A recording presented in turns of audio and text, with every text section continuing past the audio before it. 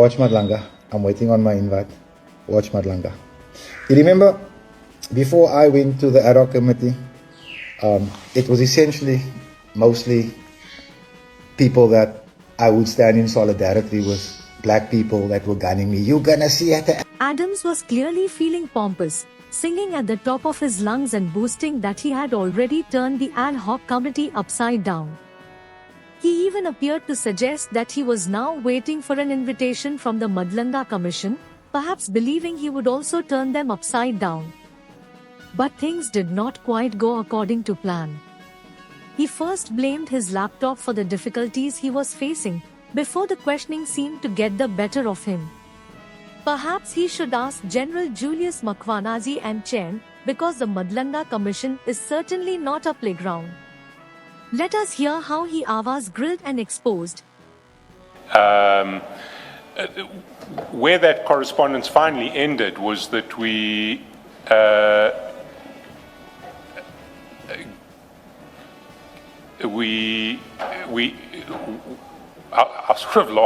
our last offer was an agreement that the statement could be filed by Thursday last week, which we thought was,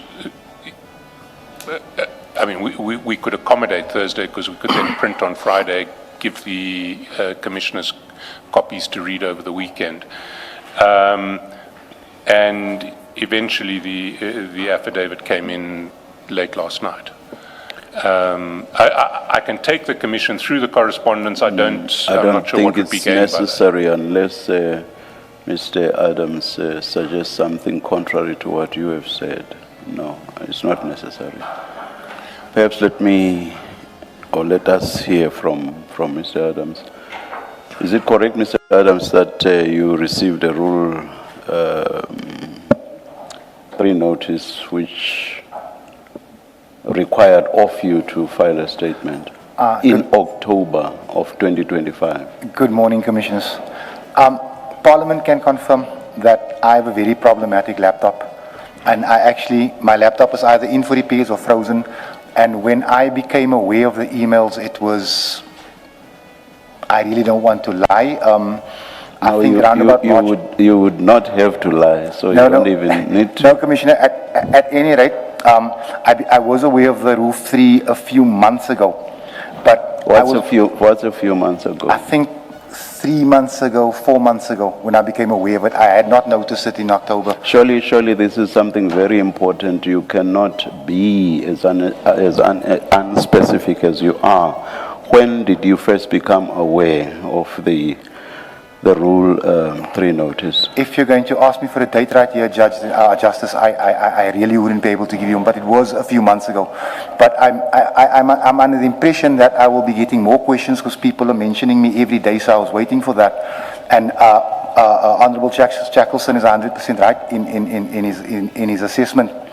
But eventually I saw that I wasn't going to get a subpoena, and that is why I emailed the Commission. Is the laptop you are talking about the same laptop you are using for your parliamentary business? It is. So are you telling us that you are able to function in Parliament with a laptop that's giving you the problems that you are telling us now? I am struggling with it. And how are you able to function at Parliament? Well, half the times I don't. Half the times I have to walk to people for information or call up for information. Don't you have IT people who can sort out your laptop? They do sort it out for me regularly. It works for a few days and then it just kicks in again. I find that very hard to believe, Mr. Adams. It can be confirmed by Parliament. I find that very hard to believe. I would too. That from October last year, it's only about 3 months back that you became aware that you got a Rule 3 notice from this commission. I find that very hard to believe. Are you telling us the truth? 100%, Justice. And is this the case also with everything else you received from Parliament? From Yes. October last year until about 3 months ago, you did not receive anything from Parliament? Justice Madlanga, I never said that. I'm saying that the laptop freezes on a daily basis, and therefore, if I may, whenever when I take it out my bag, I normally have to go to IT. It will work for a day or two, and it will start again. So you say you never said what I just suggested to you now. If you did not get the Commission's Rule 3 notice from October until only about 3 months ago. That should be true of communications from Parliament as well. It's on that basis that I've just said what I said to you now. Yes, Justice, that is what I'm agreeing with you. So from October, I thought you were saying that's not what you said. No, sorry. It's not even from October, Justice. It's been for about 18 months that I'm struggling with this device. Yeah, I'm not concerned about anything else. I'm concerned about October to today.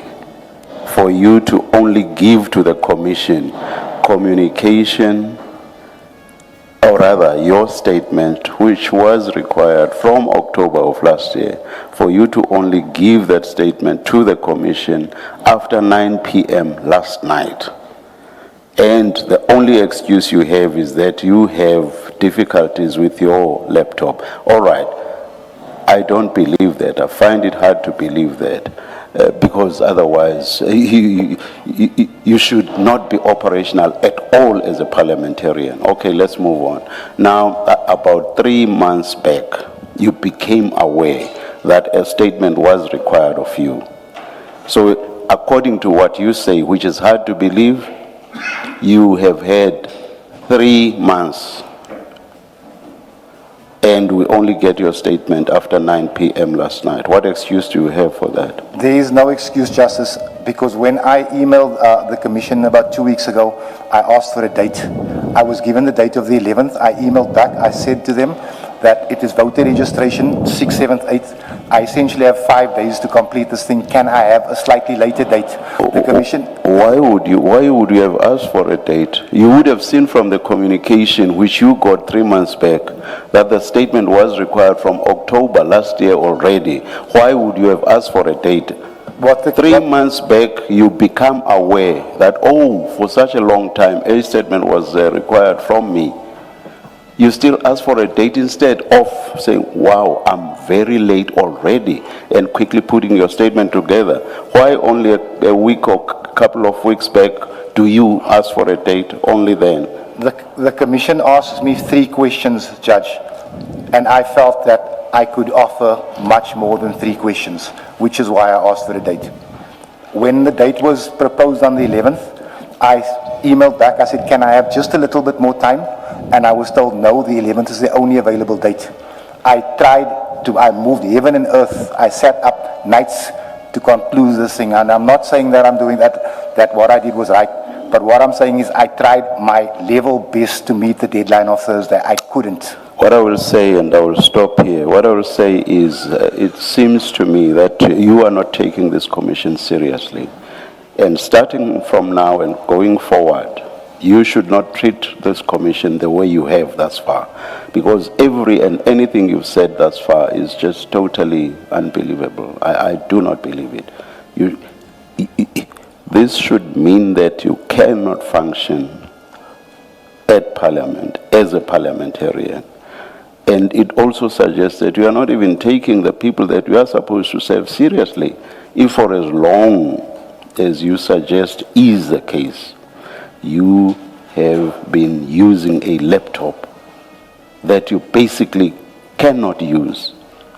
You are not taking us as a commission seriously, and I would dare say you are not even taking the people that you are supposed to serve seriously. Starting from now going forward, you must take this commission seriously, Mr. Adams. What do we do now, Mr. Shaskalsin? Well, Chair, we have the statement. The next open slot, or the next slot that can be made open, is the 19th of August. And Mr. Adams can come on the 19th of August. I'd ask that we postpone to the 19th of August. Yes. For the record, let me just repeat something that you yourself already said, Mr. Shaskalsin, which is that it is not practical for us to hear Mr. Adams's evidence now. People who follow the Commission's proceedings will have heard that all the time. We refer to what we have read in the statements of witnesses because we prepare ahead of time. If a statement was given or furnished to the Commission after 9 p.m., there is no way that that statement would then be forwarded to us commissioners for us to prepare. That's true of the evidence leaders as well, actually, because they too need to prepare. So practically, it is not possible to hear Mr. Adams's evidence today. For that reason, as Mr. Shaskalson requests, the hearing of his testimony Mr. Adams's testimony must be postponed.